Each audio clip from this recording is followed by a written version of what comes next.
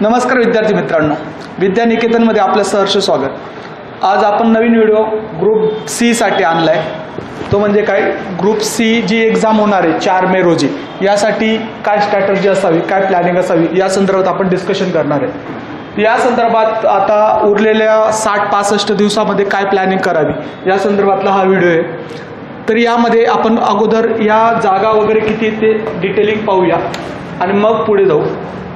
ही जी परीक्षा होणार होती 2 फेब्रुवारीला, ती आता 4 मे रोजी होणार आहे, हे आपल्या सगळ्यांना माहीत असणार। आणि या परीक्षेसाठी जर विचार केला आपण तर उद्योग निरीक्षक यासाठी 39 जागा आल्यात। त्याचबरोबर पाहिलं आपण कर सहाय्यक यासाठी 482 जागा आल्यात। त्याचबरोबर तांत्रिक सहाय्यक हे यासाठी 9 पोस्ट आहेत आणि त्यानंतर शरीफ हे नवीन पोस्ट आहे, यासाठी 17 जागा आहेत। आणि क्लरिकल म्हणजे लिपिक टंकलेखन यासाठी 786 जागा। आता लक्षात घ्या, यामध्ये बऱ्याच जागा वाढणार आहेत, बऱ्याच जागा वाढू शकतात, पण ही ॲड जी आहे ती 1333 जागांची सध्याला ॲड आलेली आहे आणि हिची एक्झाम जी होणार आहे ती 4 मे रोजी होणार आहे। तर आताही आपण जे विचार केला तर आपल्याकडे 60-65 दिवस उरलेले आहेत। तर या 2 महिन्यामध्ये आपल्याला काय प्लॅन करता येईल त्या संदर्भातला हा व्हिडिओ आहे। तर या संदर्भात आपण अगोदर महाराष्ट्र गट क सेवा पूर्व परीक्षा या संदर्भातला त्यांनी MPSCने सिलेबस काय दिला आहे, किती मार्काला परीक्षा होणार आहे, टायमिंग काय, हे सगळं आपण डिटेलिंग पाहूया। तर यामध्ये त्यांनी दिलं आहे की संयुक्त पूर्व परीक्षा 100 मार्काला असणार आहे, हे आपल्याला माहिती आहे। टायमिंग आहे आपल्याला माहिती की 1 तासामध्ये 100 प्रश्न सॉल्व्ह करायचे असतात, हे सगळं दिले। यामध्ये प्रश्नसंख्या 100 असणार, एकूण गुण 100 असणार आणि तो दर्जा दिला आहे तुम्हाला हा पदवीचा दर्जा आहे। पेपर मराठी प्लस इंग्लिश ह्या दोन्ही लँग्वेजमध्ये असतो। 1 तासामध्ये तो पेपर सॉल्व्ह करायचा असतो आपल्याला। वस्तुनिष्ठ बहुपर्यायी स्वरूपातला तो पेपर असतो, हे आपल्याला सगळ्यांना माहितीच असणार आहे। त्याचबरोबर आपण पुढे पाहतोय ते म्हणजे काय, निगेटिव्ह म्हणजे काय, नकारात्मक गुण पद्धती काय। तर आपल्याला सगळ्यांना माहिती आहे की किती 1/4 निगेटिव्ह आहे, हे सगळ्यात महत्त्वाचं लक्षात ठेवणं गरजेचं आहे। 1/3 नाही तर 1/4 निगेटिव्ह सिस्टीम आहे, ओके। त्याचबरोबर आपण आता ग्रुप सी साठी सगळ्यात महत्त्वाची गोष्ट म्हणजे सिलेबस। आता अभ्यासक्रम पाहत असताना आपल्याला जवळपास हा ओरिजिनल अभ्यासक्रममध्ये आपल्याला 8 मुद्दे दिलेले आहेत। 8 मुद्द्यांचा आपल्याला व्यवस्थित अभ्यास करायचा आहे। कोणत्या विषयाला किती मार्क आहेत तेही आपल्याला पाहणं गरजेचं असणार आहे। सगळ्यात पहिले त्यांनी दिले आपल्याला सामान्य क्षमता चाचणी। या सामान्य क्षमता चाचणीमध्ये तुम्हाला इतिहास हा विषय दिलाय। आता सिलेबस कोणतीही परीक्षेला सगळ्यात महत्त्वाची गोष्ट असते ती म्हणजे काय, सिलेबस। आता सिलेबस देताना त्यांनी पहिला पॉईंट दिलाय तो म्हणजे इतिहास आणि यांनी सांगितलं की आधुनिक भारताचा त्याचबरोबर काय विशेषतः महाराष्ट्राच्या इतिहासाच्या संदर्भात तुम्हाला प्रश्न विचारले जाणार आहेत। त्याचबरोबर जॉग्राफी म्हणजे भूगोल या विषयामध्ये महाराष्ट्राचा भूगोल विशेषतः अभ्यासासह आता महाराष्ट्राचं असणार आहे, त्यासोबत काय असणार आहे तुम्हाला जगाचा भूगोल देखील असणार आहे आणि त्याचे डिटेल पॉईंट त्यांनी दिलेले आपल्याला दिसतात। एवढे पॉईंट कव्हर केले तरी खूप झालं स्टडी। त्याचबरोबर इकॉनॉमी तुम्हाला अर्थशास्त्र या विषयात भारतीय अर्थव्यवस्था संदर्भातले प्रश्न विचारले जाणार आहेत। यातले जे पॉईंट दिलेत, या इकॉनॉमी एकमेव विषय असेल की डिटेलिंग खूप चांगलं दिले त्यांनी। यामध्ये तुम्हाला राष्ट्रीय उत्पन्न संदर्भात प्रश्न विचारला जातोय, शेती संदर्भात विचारला जातोय, उद्योग संदर्भात विचारला जातोय, परकीय व्यापार संदर्भात बँकिंग असेल, लोकसंख्या असेल, दारिद्र्य असेल, बेरोजगारी असेल, राजकोषीय नीती असेल, या संदर्भातला प्रश्न विचारलेला आपल्याला दिसतात। त्याचबरोबर बजेट असेल म्हणजे अर्थसंकल्प असेल, लेखा परीक्षक असेल, या संदर्भातला आपल्याला प्रश्न आलेले असतात। त्याचबरोबर चालू घडामोडी जागतिक तसेच महाराष्ट्राचे संदर्भातसह चालू घडामोडी तुम्हाला विचारलेले असते। पुढचा पॉईंट आहे 5 नंबर राज्यव्यवस्था किंवा राज्यशास्त्र म्हणतो आपण। यामध्ये त्यांनी सिलेबस जास्त मेन्शन केलेला नाही, फक्त राज्य संस्था किंवा राज्यशास्त्र एवढंच दिलेलं आपल्याला दिसतं। 6 नंबरचा सिलेबसमध्ये दिलेला पॉईंट आहे तो म्हणजे काय, तर सामान्य विज्ञान। सामान्य विज्ञान सायन्समध्ये त्यांनी भौतिकशास्त्र, त्याचबरोबर रसायनशास्त्र, प्राणीशास्त्र, वनस्पती आणि आरोग्य 5 पॉईंट दिलेले आपल्याला दिसतात। त्याचबरोबर पुढचे पॉईंट आहेत ते म्हणजे अंकगणित आणि 8वा पॉईंट आहे तो म्हणजे बुद्धिमत्ता रिझनिंग। आता लक्षात घ्या, सिलेबस देताना त्यांनी 8 पॉईंट दिलेत पण सगळ्यांना सारखा गुण दिलेले नाहीत। तर आपण ते गुण कुठल्या विषयाला किती मार्क दिलेले आहेत त्यानुसार डिवायडेशन तुम्हाला करून दिले। आता हे डिवायडेशन जर नीट पाहिलं आपण तर अगोदर MPSC जी परीक्षा घेत होती ग्रुप बी आणि ग्रुप सी वेगवेगळी घेत होती, पण जर तुम्ही पाहिलं मागे 2023ला तर 2023ला एकत्र परीक्षा झालेली आपल्याला दिसते। ग्रुप बी ची आणि ग्रुप सी ची, आणि त्यानंतर आता परत पुन्हा काय ग्रुप बी आणि ग्रुप सी वेगवेगळी होणार आहे. आता ग्रुप बी झाली, आता ग्रुप सीची मेमध्ये होणार आहे. तर या संदर्भात तुम्हाला जे पॉईंट दिलेत, आता मी जे हे काढले हे ग्रुप सी संदर्भात काढले. म्हणजे काय, याच्या अगोदर ज्या एक्झाम ग्रुप सीच्या झाल्या होत्या त्यामध्ये कोणत्या विषयाला किती मार्क आले यानुसार हा पॉईंट काढला आहे. त्याचबरोबर काय, तर ही जी परीक्षा आहे 2023ला ही कंबाईनची परीक्षा आहे. यामध्ये ग्रुप बी आणि ग्रुप सी एकत्र होती आणि ही आत्ता झालेली फक्त ग्रुप बीची परीक्षा आहे. ओके, तर यामध्ये आपल्याला काय सोपं जाईल की कोणत्या विषयाला किती मार्क येत आहेत. आता सध्या फोकस जर पाहिला तुम्हाला तर 1, 2, 3, 4 हे चारही वर्षाला सिमिलर वाटणार तुम्हाला मार्क आलेले. पण पुन्हा जर पाहिलं कंबाईनला थोडं पॅटर्न चेंज झालेलं दिसतं आपल्याला. आणि पुन्हा 2024ला जी परीक्षा झाली फेब्रुवारी महिन्यात, म्हणजे या महिन्यामध्ये, त्यामध्ये पण तेच पॅटर्न त्यांनी फॉलो केलं. याचा अर्थ असा होतोय की ग्रुप सीलाही तेच पॅटर्न फॉलो केलं जाईल. ओके, तर आपल्याला पाहताना चालू घडामोडीला पाहिलं तर सलग तुम्हाला 15 क्वेश्चन दिसत आहेत. म्हणजे जेव्हा ग्रुप सी सेपरेट होत होती तरी देखील 15 क्वेश्चन होते आणि आता देखील 15 क्वेश्चन आहे. म्हणजे यांचे वेटेज सेम ठेवले, पण इतिहासाच्या वेटेजमध्ये थोडं आता सध्या कमी आले. म्हणजे काय, पहिले काय 15 मार्क होते, आता 10 मार्कांवर इतिहास आलाय. तसंच जॉग्रफीला पण सुरुवातीला जेव्हा सेपरेट होती तेव्हा किती 15 गुणांसाठी जॉग्रफी विचारलं जात होतं, आता 10 मार्कांसाठी विचारलं जाते. म्हणजे इतिहास आणि भूगोलचं वेटेज थोडं कमी झालेलं आपल्याला दिसतं. बाकीचं पाहिलं तुम्ही राज्यशास्त्र असेल तर राज्यशास्त्राचे वेटेज वाढवले. अगोदर जर पाहिलं आपण सेपरेट एक्झाम होत असताना 10 मार्कासाठी होत होते, पण आता ते 15साठी तुम्हाला वेटेज वाढवलं दिसतं. त्याचबरोबर अर्थशास्त्र असेल याचे वेटेज सिमिलर आहे. म्हणजे काय, सेम ठेवले 15. त्याचबरोबर सायन्सचे वेटेजही 15 ठेवले. पण एकमेव विषयी की त्याचे वेटेज वाढले ते म्हणजे बुद्धिमत्ता आणि गणित. हा विषय जो होता पहिले अगोदर 15साठी विचारला जात होता, आता 20साठी विचारला जातो. 20% वेटेज ह्या विषयाला आपल्याला दिसलेलं दिसतं. म्हणजे सगळ्यात तुम्ही विषयाला पाहिलं तर सगळ्यात जास्त वेटेज आपल्याला गणित आणि बुद्धिमत्ताला दिसलं. आता लक्षात घ्या, आता हे काढलेलं पॅटर्न जे आपण 2023 आणि 2024 हे 2023चा पेपरचे अनालिसिस आहे. हा त्यावेळेस कंबाईनचा पेपर होता ग्रुप सी आणि ग्रुप बीचा. पण आता जो पेपर मी हा 2024चा घेतलाय हा फक्त ग्रुप बीचा आहे. पण ग्रुप सीचं पण जर आपण पाहिलं जो 4 मे रोजी होणार आहे त्याचं देखील पॅटर्न या स्वरूपात असणार आहे. ओके, तर त्यामुळे आपल्याला अभ्यासाला हे सोयीस्कर जाईल, सोपं जाईल. यासाठी हा तक्ता तुम्ही पाहू शकता. त्याचबरोबर मग ह्या 4 मेसाठी एक्झामसाठी प्लॅनिंग कशी असावी तर लक्षात घ्या, आता बऱ्याच मुलांनी 2 फेब्रुवारीची एक्झाम दिलेली असणार. ते या फेबच्या एक्झाम नंतर जर आपण पाहिलं तर बऱ्याच जणांचे चांगल्या प्रकारे स्कोर आलाय. तर परीक्षा सोपी अवघड ते न पाहता आपल्याला आता ग्रुप सी साठी काय करता येईल. जर कमी स्कोर असेल तर पूर्णपणे तुम्हाला शिफ्ट होणं गरजेचं आहे ग्रुप सी कडे. आता तुम्ही जर आपण पाहिलं की कुठल्या पदासाठी किती जागा आल्या, कर सहाय्यकला पण 450+ जागा आहेत. त्याचबरोबर आपण पाहिलं 700+ जागा क्लरिकलला आहेत, म्हणजे लिपिक टंकलेखनला आहेत. तर याचा अर्थ ज्यांचं टायपिंग सर्टिफिकेट असेल, ज्यांचं टायपिंग झालेलं असेल त्यांच्यासाठी हे दोन्ही पदं महत्त्वाचे आहेत. ओके, आणि म्हणून 1300+ ॲड आहे. त्यामुळे अभ्यास करायला काही हरकत नाही.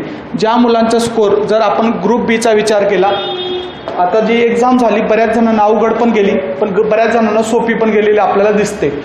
जर यामध्ये जर आपण विचार केला ग्रुप बी जी फेबला झालेली आहे तर यामध्ये 60+ मार्क मिळवणारे पण खूप जण आहेत.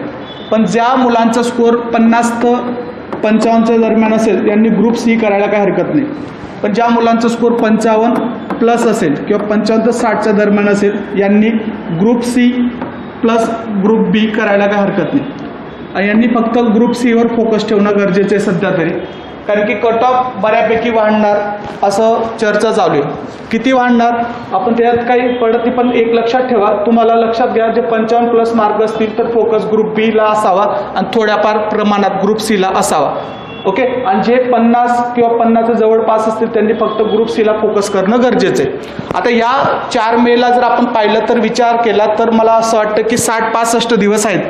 तर 60-65 दिवसासाठी आपण काय करू शकतो तर पहा, जे फुल टाईम स्टडी करणार आहेत, जे फुल टाईम स्टडी करतात म्हणजे काय 1 किंवा 1.5 वर्ष झालंय, यांनी 10 तास ॲव्हरेज स्टडी करणं गरजेचं आहे. 60-65 दिवस असल्यामुळे 10 तास जर स्टडी केलं तर तुम्ही कसं डिवायडेशन करून देतो मी तुम्हाला थोडक्यात सांगतो. तुम्ही 10 तास जर स्टडी करत असाल, जर आपण पकडलं तर 4 + 1 असं प्लॅनिंग करू शकतात. म्हणजे काय 4 तास तुम्ही GSला देऊ शकतात, 1 GSला, त्यानंतर पुन्हा दुसरा सब्जेक्ट म्हणजे दुसराही GSला देऊ शकतात आणि 1 तास करंटला आणि 1 तास मॅथ रिजनिंगला देऊ शकतात. हे तुम्हाला जर सांगितलं 4 तास GSला, परत हे 4 तास GS, यामध्ये आपण चालू घडामोडी घेऊ शकतो आणि यामध्ये आपण गणित आणि बुद्धिमत्ता घेऊ शकतो. ओके, तर यामध्ये तुमचं टोटल 10 तास म्हणजे काय, तुमचं डेली शेड्यूल 10 तासाचं असणं गरजेचं आहे. जर आपण प्लॅनिंग बनवायचं प्लॅन केला इथं तर 4 तास एक GS ला, दुसरा 4 तास एक GS ला, परत करंटला तुम्ही किंवा चालू घडामोडीला 1 तास देऊ शकतात आणि गणित बुद्धिमत्तेला 1 तास देऊ शकता. आता जर विषयाचा विचार केला आपण तर विषय डिवायडेशन केलं तर आपल्याला टोटल किती सब्जेक्ट आहेत, तर 8 सब्जेक्ट आहेत. पण 8 सब्जेक्टमधून आपण नीट विचार केला तर यावर्षी ग्रुप बीचा जो पेपर झालाय चालू घडामोडी सगळ्यांना अवघड गेलाय. आता ग्रुप बीला अवघड गेला म्हणजे ग्रुप सीला अवघड जाईल असं नाही. ग्रुप सीला सोपा येऊ शकतो किंवा त्याच प्रमाणात अवघड येऊ शकतो. पण आपण चालू घडामोडी डेली करणं गरजेचं आहे. ओके, त्यामुळे तो 1 तास आपण ठेवलाय. त्याचबरोबर सगळ्यात जास्त वेटेज जे दिलं गेले मार्कांचं ते गणित आणि बुद्धिमत्ताला दिलंय, म्हणजे त्यासाठीही आपल्याला डेली प्रॅक्टिस असणं गरजेचं आहे. तर आपण पाहूया की काय करता येऊ शकतं यामध्ये. तर GS पाहिलं तर तुम्ही पहिले विषय घेऊ शकतात 15 दिवससाठी. तरी आपण 15 दिवसाचं घेतलं, समजा इथं आपण 15 दिवस एका GS ला देऊया, 15 दिवस परत 15 दिवस दिलेत, म्हणजे 15 दिवसाचं प्लॅनिंग बनवलं आपण सुरुवातीला तर हे 45 दिवस होतील. म्हणजे माझा विचारात आहे की एक GS ला आपण सलग 15 दिवस टाकला. जर आपण पाहूया इतिहासला आपण 15 दिवस देतोय, दररोज 4 तास. त्याचबरोबर आपण पुन्हा 4 तास एक अर्धा विषयाला देतोय म्हणजे भूगोलला देतोय. त्याचबरोबर एक चालू घडामोडीला देतोय 1 तास आपण डेली. त्याचबरोबर आपण 1 तास डेली देतोय गणित आणि बुद्धिमत्ताला.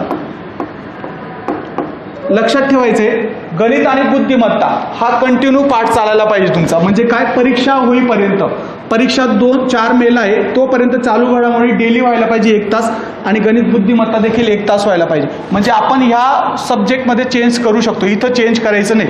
म्हणजे काय, इथं समजा 15 दिवस तुम्ही इतिहासाचा स्टडी केला, तुम्ही दररोज 4 तास स्टडी करत असाल एखादा GSचा तर 15 दिवस खूप झालेत त्याला. तुमच्या बऱ्यापैकी तुम्ही एक्झाम दिली असेल तर अभ्यास झालेला असेल तर 15 दिवस खूप झालेत, डेली 4 तास. तसंच तुम्ही भूगोलला पण 4 तास देऊ शकतात. डेली तुम्हाला करंटला 1 तास द्यायचे, त्याचबरोबर बुद्धिमत्ता गणितला 1 तास डेली द्यायचे. त्याचबरोबर 15 दिवस झाल्यानंतर तुम्ही सब्जेक्ट GS चेंज करू शकता.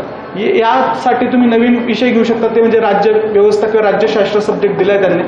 त्याचबरोबर भूगोलच्या ठिकाणी तुम्ही अर्थशास्त्र घेऊ शकता. आणि बाकीचा जो 1 तास आहे आपण डेली काय करणार आहे, परीक्षा होईपर्यंत काय करणार आहे तर चालू घडामोडी वाचणारच आहे. त्याचबरोबर काय, डेली आपण 1 तास प्रॅक्टिस गणित आणि बुद्धिमत्ताची करणारच आहे. तर तुम्हाला हे करणं गरजेचं आहे, म्हणजे परीक्षा होईपर्यंत. पुढे तुम्ही जर नीट विचार केला तर आपण 30 दिवसामध्ये 4 सब्जेक्ट प्लस हे दोन्ही सब्जेक्ट कंटिन्यू चालू ठेवतोय, म्हणजे की 4 GS तुमचे इथं होऊन जातील कव्हर. त्याचबरोबर आपल्याला उरला आपल्याकडे 1 GS, तो म्हणजे सायन्स. आता विज्ञान जर तुम्ही पाहिला तर विज्ञान इथं तुम्ही जास्तीत जास्त वेळ देऊ शकतात. पण मी विज्ञानमध्ये एक असा प्लॅन बनवलाय, तो म्हणजे काय, तो विज्ञानसाठी काय करू शकतात तर विज्ञान हा असा विषय की तो बऱ्याच मुलांना अवघड जातो. तर त्यामुळे आपण काय करू शकतो की सकाळचे जे 4 तास असतील 15 दिवस ते फक्त तुम्ही बायोला देणं गरजेचं आहे. त्याला आपण जीवशास्त्र असं म्हणतो. तर सलग तुम्ही 15 दिवस जर दिलं जीवशास्त्राला तर त्यामध्ये तुमची कमांड येऊ शकते. त्याचबरोबर काय, तुम्ही जो GSचे पार्ट आहे नंतरचा, यामध्ये तुम्ही भौतिकशास्त्र आणि रसायनशास्त्राला महत्त्व देऊ शकता. आणि उरलेलं तेच की आपल्याला काय परीक्षापर्यंत चालू घडामोडी करायचे जे, त्याचबरोबर काय गणित आणि बुद्धिमत्ता करायचे जे, हे विसरायचं नाही. हे खूप महत्त्वाचे सब्जेक्ट आहे. आता तुमच्या 45 दिवसमध्ये सगळा अभ्यास झालेला असेल म्हणजे काय, अजूनही आपल्याकडे 65-20 दिवस उरत आहेत. म्हणजे काय, तुम्ही 45 दिवसामध्ये जर तुम्ही व्यवस्थित प्लॅनिंग बनवलं तर सगळा अभ्यास झालेला असेल, गणित बुद्धिमत्ता चालू घडामोडी सकट. आता उरलेले आपल्याला 20 दिवसामध्ये काय करता येईल, तर 20 दिवसामध्ये हे 10 दिवसाचं प्लॅनिंग असणार आहे, पुढे परत हे 10 दिवसाचं प्लॅनिंग असणार आहे. लक्षात घ्या, ह्या 10 दिवसामध्ये जे आपण सब्जेक्ट अगोदर घेतले होते त्या सब्जेक्टची रिव्हिजन करणं गरजेचं आहे. ते म्हणजे काय, इतिहास सब्जेक्टची पुन्हा रिव्हिजन होणं गरजेचं आहे 10 दिवसात आणि जिओग्राफी सब्जेक्टची पण रिव्हिजन होणं गरजेचं आहे. त्याचबरोबर मी तुम्हाला सांगितल्याप्रमाणे आपल्याला परीक्षा होईपर्यंत चालू घडामोडी आणि गणित बुद्धिमत्ता ठेवायची. कंटिन्यू चालू घडामोडी आपण ठेवणार आहेत. त्याचबरोबर काय, गणित आणि बुद्धिमत्ता देखील ठेवणार आहेत परीक्षा होईपर्यंत. शेवटच्या 10 दिवसामध्ये आपण पुन्हा काय करू शकतो, जे राज्यशास्त्र आणि अर्थशास्त्र हे विषय ते घेऊ शकतो. 4 तास रिव्हिजनसाठी राज्यशास्त्र असणार आहे. त्याचबरोबर काय, अर्थशास्त्र हे विषय घेऊ शकतो आणि पुन्हा आपल्याकडे 4 तास उरलेत यामध्ये आपण विज्ञान रिव्हिजनसाठी घेऊ शकतो आणि चालू घडामोडी आणि गणित आणि बुद्धिमत्ताला आपण कंटिन्यू परीक्षापर्यंत चालू ठेवणार. या प्रकारे तुम्ही प्लॅन बनवू शकता. आता पहा, जर या प्रकारे प्लॅन बनवला तुम्ही तर सगळे विषय कव्हर पण होत आहेत. दुसरी गोष्ट काय, चालू घडामोडी आणि गणित बुद्धिमत्ता तुमचं बरोबर 60-65 दिवस रेग्युलर जर चाललं तर त्यामध्ये तुमची चांगली पकड येऊ शकतो. आता यामध्ये चालू घडामोडी काय 8-10 दिवसात होणारी गोष्ट नाही, तर त्यामुळे तुम्हाला काय करायचे तर डेली चालू घडामोडी करायचे, म्हणजे 1 तास तरी देणं गरजेचे. आता 1 तास देणं सलग तुम्हाला गरजेचं. त्याचबरोबर गणित बुद्धिमत्ताला तुम्ही वेळ वाढवू शकतात, पण 10 तास तुम्हाला कमीत कमी स्टडी करणं गरजेचं आहे 60-65 दिवसांमध्ये.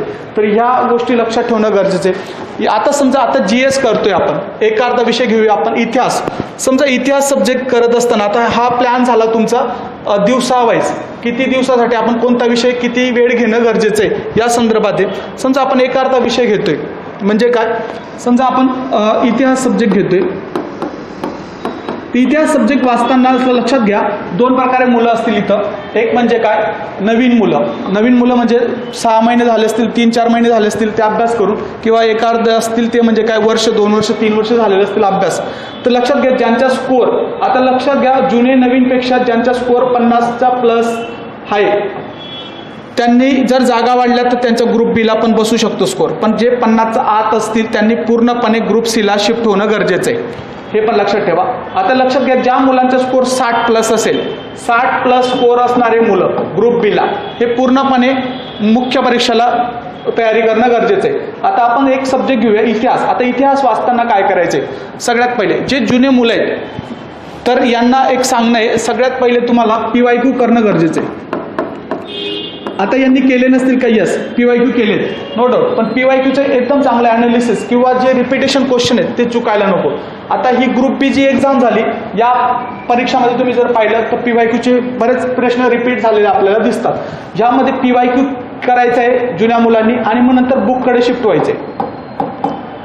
PYQ प्लस बुक, एक बुक फक्त कुठलं तरी, कुठल्याही सब्जेक्टला एकच बुक ठेवा आणि PYQ एवढी कमांड घेतली तरी. आता नवीन मुलांनी एक काम करा, पहिले पुस्तक करा आणि मग PYQ करा. जे नवीन मुलं आहेत त्यांनी पहिले एखादं पुस्तक सिलेक्ट करा आणि मग PYQ करा. जुन्या मुलांनी उलटं जायचे, म्हणजे काय, पहिले PYQ करायचे आणि मग एखादं पुस्तकाकडे शिफ्ट व्हायचे. ओके, आणि ओरिजिनल पेपर काढण्याचा प्रयत्न करा. जे मी तुम्हाला ॲनालिसिस दिले 5 वर्षाचं, समजा आपण पाहिलं की हे 5-6 वर्षाचं तुम्हाला ॲनालिसिस दिले. आता मी हे कशावरनं काढले तर PYQ तुमचे परीक्षेत झालेले जे पेपर आहेत त्या पेपरवरनं हे काढले. हे तुम्ही स्वतः काढायचे, म्हणजे तुम्हाला काय तो पेपर पडताळणी होणार. दुसरी गोष्ट काय होऊ शकते की तुम्हाला अंदाज येईल की प्रश्न पत्रिकांमध्ये टोटल किती प्रश्न आहेत, त्याचबरोबर कोणत्या विषयाला किती मार्क आहेत, हे तुम्ही स्वतः काढायचे आणि ओरिजिनल पेपर घेण्याचा प्रयत्न करा 4 ते 5 वर्षाचा. म्हणजे काय होतं त्या पेपरमध्ये मराठी प्लस इंग्लिशमध्ये असतं. आता जर तुम्ही पाहिलं मार्केटमध्ये बरेच ठोकळे आहेत, तर त्या ठोकड्यांमध्ये अतिशय चांगलं दिले, पण ते ठोकड्या व्यतिरिक्त तुमच्याकडे 4 ते 5 वर्षाचे ओरिजिनल पेपर असणं गरजेचं आहे. त्याच्यावरून तुम्हाला काय पेपर पॅटर्न समजतं. हां, आणि हे स्वतः तुम्हाला करायचे तरच तुम्हाला जास्त मार्क पडतील. जर तुम्हाला विचार केला तर PYQ पेपरचं मी परत सांगतो की मॅथ रिजनिंगला जे आत्तापर्यंत जे एक्झाम झाले यामध्ये लक्षात ठेवा फक्त कंबाईनची नाही, यामध्ये फॉरेस्टचे पण असतात, ॲग्रिकल्चरचे पण असतात, मुख्य पण असतात. म्हणजे यामध्ये मी तुम्हाला सांगतो की मेनचे जे पेपर आहेत ते मेनचे पेपर पाहणंही गरजेचं आहे मॅथ रिजनिंगसाठी, आणि तेच प्रश्न सॉल्व्ह करायचे. मॅथ रिजनिंगला ठराविक टॉपिकवरच प्रश्न जास्त प्रमाणात विचारले जातात, त्या टॉपिकची प्रॅक्टिस करणं गरजेचं आहे. त्याचबरोबर बाकीचं पाहिलं तुम्ही, समजा आपण राज्यघटना पाहिली तर राज्यशास्त्रामध्ये तुम्हाला मेन जे 4 पॉईंट आहेत ते माहीत असतात की राष्ट्रपती फोकस असतो, त्याचबरोबर काय राज्यपाल असतं, विधिमंडळ असतं, संसद असते. तर ज्या जुने मुलं आहेत त्यांनी PYQ करणं गरजेचं आहे, आणि जे PYQ तुमचे चुकतायत तरच बुककडे शिफ्ट होणं गरजेचं आहे. PYQ सॉल्व्ह करा, PYQवरनं तुम्हाला समजेल की तो सब्जेक्ट तुम्हाला किती समजला आहे. जर PYQ सुटत नसतील तर याचा अर्थ तो तुमचा सब्जेक्ट झालेला नाही. म्हणून PYQला खूप महत्त्व आहे. ह्या पेपरमध्ये ऑब्जेक्टिव्ह पॅटर्नमध्ये मल्टिपल तुम्हाला PYQ करणं गरजेचं आहे. आता लक्षात घ्या, मी टेस्ट सिरीजचं बोलत नाही तर मी PYQचं बोलतोय. PYQला खूप महत्त्व आहे. टेस्ट सिरीज त्यांच्या परीने तुम्ही सॉल्व्ह करायचे. टेस्ट कधी तुम्ही आठवड्यातून एक टेस्ट सॉल्व्ह करू शकता. आठवड्यातून एक टेस्ट तुम्ही सॉल्व्ह करू शकता, संडेला वगैरे एक टेस्ट द्या, पण ती मार्क येण्यासाठी नाही तर काय, तर तुम्हाला टाईम मॅनेजमेंटसाठी. दुसरी गोष्ट एक आहे की इथं मुलांना बऱ्याच जणांना वेळ पुरत नाही, याचं मुख्य कारण आहे ते म्हणजे काय, मॅथ रिजनिंगचे आलेले 20 क्वेश्चन. मॅथ रिजनिंगला किती येत आहेत, तर 20 क्वेश्चन येत आहेत. तर बऱ्याच जणांना मॅथ रिजनिंगला वेळ पुरत नाही, याचं कारण आहे प्रॅक्टिस खूप कमी पडते. प्रॅक्टिस केली तर तुम्हाला जवळपास मॅथ रिजनिंगला 20 पैकी मला असं वाटते 14-15 मार्क घ्यायला काय हरकत नाही. तर मॅथ रिजनिंगसाठी डेली प्रॅक्टिस आवश्यक आहे. आपण जे शेड्यूल बनवले यामध्ये तुम्हाला डेली प्रॅक्टिस दिली. जर तुम्ही सलग 60 ते 65 दिवस मॅथ रिजनिंग करत असाल तर सगळे पॉईंट तुमचे कव्हर होतील. आणि डेली करणं मॅथ रिजनिंगचा एकमेव उपाय म्हणजे काय, डेली तुम्हाला ह्या मॅनेजमेंटमध्ये बसवायचं आहे, त्याचबरोबर करंट देखील. ओके, त्याचबरोबर आपण जर बुक लिस्टचं पाहिलं तर बुक लिस्ट काय असावी, तर सगळे MPSCचे मुलांना बुक लिस्ट माहिती असते. तर जनरल बुक लिस्ट जी असेल सगळ्यांनी दिलेलीच आहे. तर मी तुम्हाला फक्त थोडक्यात सांगतो. मी सांगेल तुम्हाला सगळ्यात पहिले तुम्हाला PYQ पेपर घेणं गरजेचं आहे. किती वर्षाचे, तर 4 ते 5 वर्षाचे PYQ पेपर घ्या सगळ्यात पहिले. तुम्हाला अभ्यासक्रम दिलेलाच आहे. अभ्यासक्रम तुम्हाला काय 10-12 ओळीत दिलेला आहे. तो अभ्यासक्रम व्यतिरिक्त तुम्हाला MPSCने फक्त काय दिले, तर PYQ पेपर दिले, ते तुमच्याकडे असणं गरजेचं आहे. 4-5 वर्षाचे PYQ पेपर. त्याचबरोबर मार्केटमध्ये 22-23 हजारचा ठोकळा असतो, तो ठोकळा देखील आवश्यक आहे. का की आता आपल्याला PYQ मध्ये फक्त आपल्या 4 ते 5 वर्षाचे पेपर असतात. त्यामध्ये तो सब्जेक्टचे जर पाहिलं आपण तर 15 प्रमाणे 50-60 आपल्याला प्रश्न सापडते.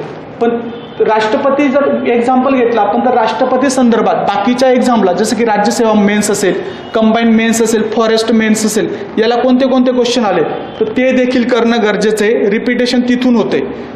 ओके, त्यानंतर जर बुक लिस्टमध्ये आपण पाहिलं तर इतिहासासाठी तुम्ही कुठलंही एक बुक रेफर करू शकता, समाधान महाजन वगैरे.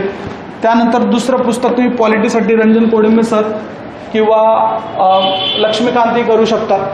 त्याचबरोबर इकॉनॉमीसाठी रंजन कोडंबे सरांचं पुस्तक आहे, ते तुम्ही करू शकता. मॅथ रिजनिंगला असं पर्टिक्युलर पुस्तक मी सांगणार नाही, पण मी तुम्हाला एवढं सांगेल की जो टॉपिक तुम्हाला येत नाही, टॉपिकची लिस्ट बनवून घ्या. तुम्हालाही माहिती असणार की बुद्धिमत्तासाठी विचार केला तर 10-12 टॉपिकवर खूप फोकस केला जातो. तसंच गणितमध्ये पण 10 ते 12 टॉपिकवर फोकस केला जातो. या 10 ते 12 टॉपिकची काय करणं गरजेचं, तुम्हाला लिस्ट बनवा आणि त्या लिस्टनुसार अभ्यास करा. कुठल्याही पुस्तकातून केलं तरी काय हरकत नाही. त्याच्या अगोदर तुम्हाला PYQ मध्ये कसे प्रश्न आले ते पडताळणी करणं गरजेचं आहे. ओके, या व्यतिरिक्त तुम्हाला जास्त काही करायची गरज नाही. त्याचबरोबर पुढचा विषय आहे तो म्हणजे विज्ञान. तर विज्ञानसाठी तुम्ही काय करणार, विज्ञानसाठी मार्केटमध्ये तुम्ही 2 ते 3 पुस्तकं आहेत, त्यापैकी तुम्ही सचिन भस्के सरांचं पुस्तक रेफर करू शकता. पण विज्ञान करतानाही तुम्हाला समजेल की PYQला महत्त्व आहे. PYQ केल्याशिवाय कुठल्याही सब्जेक्टला हात घालू नका, तरच तुम्हाला तो सब्जेक्ट पटकन कव्हर करता येईल, नाहीतर करता येणार नाही. PYQ प्लस पुस्तक एवढंच करायची तुम्हाला गरज आहे. त्याचबरोबर जर भूगोलला पाहिलं तर त्यांनी पर्टिक्युलर जर आताही पेपर पाहिला आपण 2 फेब्रुवारीचा तर तुम्हाला दिसून आलं असेल की महाराष्ट्र तर दिलंच आहे, त्याचबरोबर भारताचा देखील त्यांनी विचारलेलं दिसतो आपल्याला. म्हणजे काय, फक्त महाराष्ट्रावर भर देऊन चालणार नाही. ओके, 10 मार्कांपैकी 6 ते 7 मार्क महाराष्ट्रावर असले तरी पण 2 ते 3 क्वेश्चन भारतावर किंवा जगावर आलेले आपल्याला दिसतात. यासाठी तुम्ही एखादं पुस्तक रेफर करू शकता, सौदी सरांचं करू शकतात किंवा दीपस्तंभ पब्लिकेशनचं तुम्ही पुस्तक करू शकतात, किंवा एखादी तुमच्याकडे नोट्स असेल किंवा बेसिक पुस्तक असतील ते देखील तुम्ही करू शकता. ओके, याचबरोबर राज्यशास्त्रासाठी तुम्हाला माहिती असणार, पॉलिटीसाठी तुम्हाला एकमेव पुस्तक येते म्हणजे कोडंबे सरांचं आणि लक्ष्मीकांत. बस, याच्या व्यतिरिक्त काही जास्त बुक लिस्ट नाही. जी बुक लिस्ट आहे ती सगळ्यांसाठी ओपन आहे. हां, सगळ्यांना माहिती बुक लिस्ट. फक्त काय मार्क कमी जास्त कुठे होत आहेत ते म्हणजे टाईम मॅनेजमेंट. ओके, आता 2 फेब्रुवारीच्या पेपरला जर तुम्ही पाहिलं असणार तर तुम्हाला इथं समजलं असेल की एखाद्या मुलगाला खूप जास्त प्रमाणात मार्क आहेत, म्हणजे 60+ आहेत, पण एखाद्या अभ्यास करून देखील एखाद्या मुलगाला 50च्या खाली मार्क राहिलेत. याचं कारण आहे ते म्हणजे काय, मॅनेजमेंट जमलं नसेल किंवा मॅथ रिजनिंगचे प्रश्न सुटले नसतील, असं असू शकतं. ओके, तर त्या गोष्टींवर लक्ष ठेवणं गरजेचं आहे. आपल्याला मॅथ रिजनिंगला कमीत कमी टार्गेट आपलं असावं ते म्हणजे काय, 15 ते 16 मार्क मॅथ रिजनिंगला आपल्याला यायलाच पाहिजे. जर आपण 2 विषयामध्ये, आता जर तुम्ही 2 फेब्रुवारीच्या एक्झामचा विचार केला तर पॉलिटी ह्या वर्षी खूप सोपं आल्यामुळे मार्क वाढले. त्याचबरोबर मॅथ रिजनिंग देखील सोपं आलं, पण अवघड काय आलं तर चालू घडामोडी अवघड आलं आणि सगळ्यांनाच अवघड गेले. सगळ्या परीक्षार्थींना मॅथ चालू घडामोडी अवघड गेले, तिथं मार्क आले नाहीत, पण मार्क राज्यशास्त्र या विषयात मार्क आलेले आपल्याला दिसून येतात. त्याचबरोबर काय गणित आणि बुद्धिमत्ता या विषयात देखील मुलांना मार्क आलेले आपल्याला दिसतात. तर लक्षात घ्या, कोणत्या तरी परीक्षेमध्ये 2 ते 3 विषय सोपे विचारले जातात आणि 1 ते 2 विषय अवघड विचारले जातात. मग ते तुम्हाला ठरवणं गरजेचं आहे. पण लक्षात घ्या, तुम्हाला ॲव्हरेज मार्क प्रत्येक सब्जेक्टमध्ये यायला पाहिजे. ॲव्हरेज मार्क प्रत्येक सब्जेक्टमध्ये यायला पाहिजे आणि त्याचबरोबर 2 ते 3 विषयात पैकीच्या पैकी मार्क आणण्याचा प्रयत्न करणं गरजेचं आहे. तरच ग्रुप सीला तुमचा स्कोर 60+ जाऊ शकतो. लक्षात घ्या, तुम्हाला अजून देखील 60-65 दिवस असल्यामुळे तुमचा स्कोर 60+ गेला तर तुम्ही शुअर शॉट मेन्सला बसू शकता. हां, आणि मेन्सला तुम्हाला 4 ते 5 महिने भेटणार आहेत. तर त्यामुळे आता सध्या 60-65 दिवसामध्ये तुमचा फुल फोकस कुठे असावा, तर 4 मेच्या एक्झामला असावा. मी सांगितल्याप्रमाणे ज्या मुलांचा 50च्या खाली स्कोर असेल त्यांनी 100% ग्रुप सीला फोकस करा, ग्रुप बीवर शिफ्ट होऊ नका. पण ज्यांच्या 50+ असेल त्यांनी अर्धा टाईम वाटून घ्या. मराठी इंग्लिशला 1-1, 1.5 तास द्या आणि बाकीचा वेळ तुम्ही GSला देऊ शकतात. ग्रुप सी जी होणार आहे 4 मेला, त्याचं टार्गेट किती असावं, तर 60+ असावं मेन्स जाण्यासाठी. काही प्रॉब्लेम्स वगैरे असतील, तुम्हाला काही डाऊट असतील तर विद्यानिकेतन अकॅडमीला तुम्ही संपर्क करू शकतात. ओके, आपली बॅच पण उपलब्ध आहे. तुम्ही ऑफलाईनला किंवा आपल्या ऑफिसमध्ये येऊन तुम्ही इन्क्वायरी करू शकतात.